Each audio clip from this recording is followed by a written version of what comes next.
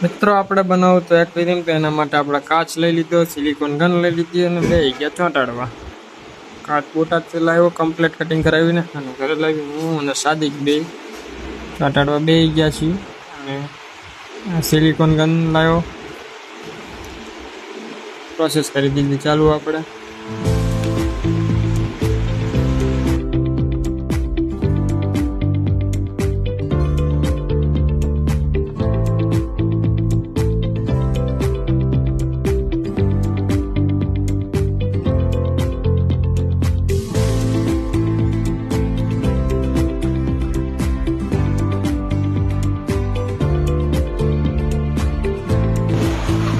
આ આપણું એક્વેરિયમ બનીને ટાંકી બનીને કમ્પ્લીટ થઈ ગઈ છે અને આખી રાત સુકાવી દીધી.